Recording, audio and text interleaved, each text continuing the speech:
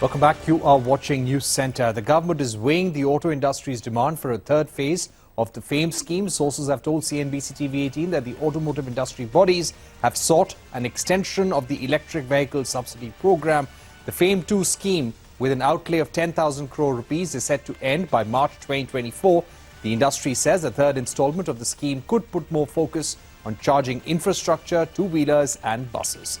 A report by ICRA says central government's FAME 2 and EV schemes in 25 states have pushed EV adoption to 4% of total vehicle sales in India.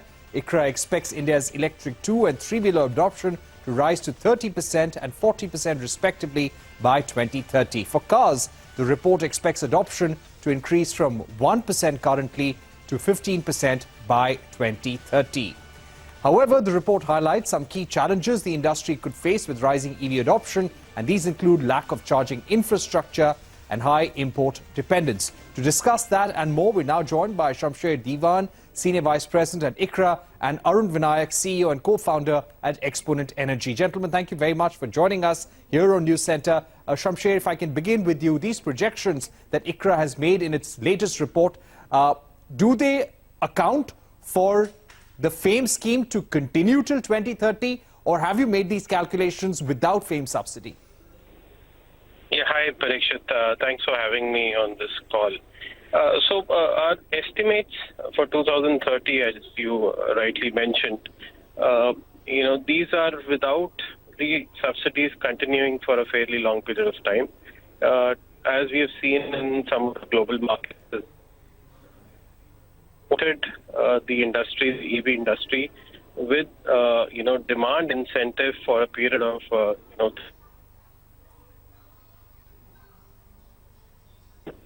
the incentive programs have been waived off. So to that extent, we believe that these numbers that we've put out for penetration across various segments factor in that after 3 to 4 years, the industry will be in a position wherein the economies of scale plus localization factors will drive economic viability on its own. And at that point in time, there won't be a requirement for demand incentives to continue any longer.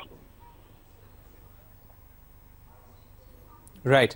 Arun, thank you so much for being with us on News Center. Let me begin by asking you, currently the government has no proposal for a FAME 3, but yes, they're considering the industry's demand for an extension.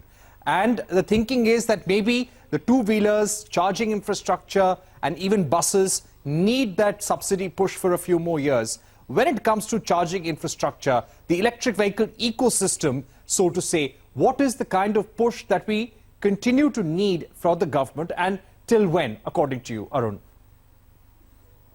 Thanks, Parikshit, for having me here. The first two waves of incentives has been around demand on the vehicle side, also on the supply on the vehicle side. The demand-linked FAME incentive and the production-linked incentives that have both helped sort of churn out a lot more demand and supply for vehicles. As that's sort of been successful, we need to appropriately start incentivizing charging stations to serve and also not end up becoming a bottleneck for the projections that we're all looking at for EVs, right? And I think when we look at incentives for charging stations, I think we should take a similar approach like we have for vehicles. Not every vehicle is eligible for FAME. There is a localization need, and there's also a performance and quality need that needs to be met before you are actually eligible for FAME. Similarly, not every charging station deserves subsidy. You can't just set up a smart plug point and say, hey, I now want subsidy from the government. So that we need to ensure that the charging stations that are being incentivized are actually doing more good than harm. They're delivering reliability and safety, and they're able to cater to segments that really need public charging. If you look at a large part of vehicles in India, we all park on the road.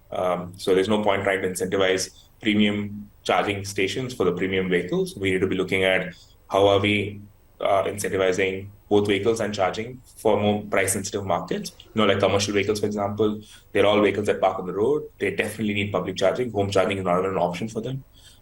So I think those are the factors that need to be sort of thought through. Even in buses today, private buses don't get FAME. So I think Right. both from a vehicle and charging side, we should be looking at buses as well. Right. When it comes to the global example, Shamsher, what has been the subsidy story? Have countries started tapering down the subsidies? And once you taper down the subsidies, as per the global example, do you see a drop in adoption, a drop in sales as well? The reason why we're asking you this question is because monitoring of the FAME scheme and the incentive disbursements has been an issue. There has been a big investigation into the FAME scheme here in India, and that investigation still continues as well. So what has been the global example that India must emulate? I think that's a very interesting question. And if you look at what's happening globally, and you look at some of the main global automotive markets like China, Europe, and US, particularly in China, the government, after a period of very long period, they've started tapering down on the overall benefits that are available to the EV sector. And just to share some numbers with you, till 2020, the overall EV penetration, by EV here I mean all kinds of technologies put together, including plug-in hybrids and strong hybrids. The overall penetration in China was close to about 6%. And with the overall incentive program, it touched 13% in 21. And by 2022, I think that number was between 25 to 26%. Now, at the end of 2022 and beginning from 23 onwards, the government there actually, started tapering off a significant part of the incentive program which was available, but certain, schemes still continued. But despite that, what has happened is that, the penetration of electric vehicles has continued to rise. And, if you look at the numbers, I think that's reaching upwards of 35% now in the first half of this calendar year. So two things are happening there. On one side, I think the industry has reached a tipping point where, the vehicles are making economic sense on their own without much incentive program. And that is possible because of the fact that, in China, the entire ecosystem has come into picture, wherein they are not just manufacturing most of the, components that go into electric vehicles, but today China is the largest manufacturer of EV battery cells as well. And within that also, they have gone for complete backward integration into refining and processing of materials that go in. So to that extent, I think they've been able to achieve a cost structure which is making vehicles, affordable on their own. And at the same time, they have also now mandated OEMs to, in certain cities to have certain percentage of vehicles which are electric. So it's a combination of all those factors. And likewise in many of the European markets as well. I think the point where subsidies were no longer required, the EV penetration continues to increase. Right. So those are important points. You need to create an entire ecosystem to maintain a low cost of ownership. Coming back to you, Arun, when it comes to the density of charging infrastructure, over the next 5 years, what is the kind of charging network that we would need in India? According to this latest report by ICRA, there are about 45 to 50,000 public charging stations in the country. A bulk of them are slow chargers. But according to you, what is the kind of charging density that is needed to really jumpstart the EV ecosystem? When we look at petrol stations today, there are roughly 70,000 petrol stations all over India. And in a city like Bangalore, you probably have 300 to 400 petrol stations. So when we go electric, it's not going to be 300 or 400 electric charging stations. It's probably going to be more like 4,000 to 10,000 charging stations if you're talking about fast and rapid charging. Slow charging is really not an option anymore if we go into the future. Convenience-wise, obviously, it's a big bottleneck to your operations. And also the cost of slow charging is on a per unit basis is very, very high. I set up a piece of land, I charge 1 or 2 vehicles a day. It doesn't make sense for anyone, not the end user, not the charge point operator. So the entire industry is definitely starting to think fast and rapid charging. And so you're probably going to have a 20x sort of petrol station number when you talk about density with respect to charge point operators. Right. Take us through some of the solutions that you're offering to the customer, which you feel will be needed in an EV ecosystem which is growing. Everyone is saying that the world is moving towards electric, but as you said, even capacity utilization for someone investing in land, investing in property for charging infrastructure can be an issue going forward. So what are some of the solutions that you're offering? Yeah, at Exponent, we provide a rapid charging stack. We're not just a charging company. We do both chargers and batteries. We charge vehicles completely in 15 minutes.